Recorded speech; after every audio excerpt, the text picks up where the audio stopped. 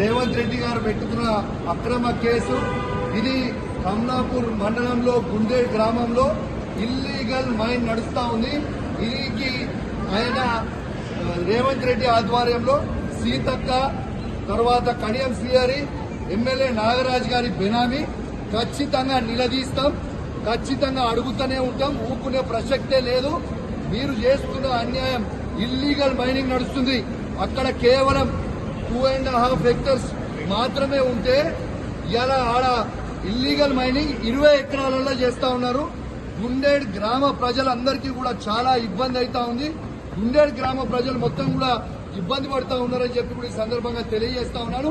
ఆ ప్రజలు ఇలా హెల్మెట్లు పెట్టుకొని మరి చేసే పరిస్థితిగా ఉంది. ఇలా ప్రజలందరూ కూడా గమనించాలి. ఇలా రేవంత్ రెడ్డి గారు చేస్తున్న అక్రమ అరెస్టులు, అక్రమ కేసులకి నువ్వు రేవంత్ రెడ్డి గుర్తుపెట్టుకో.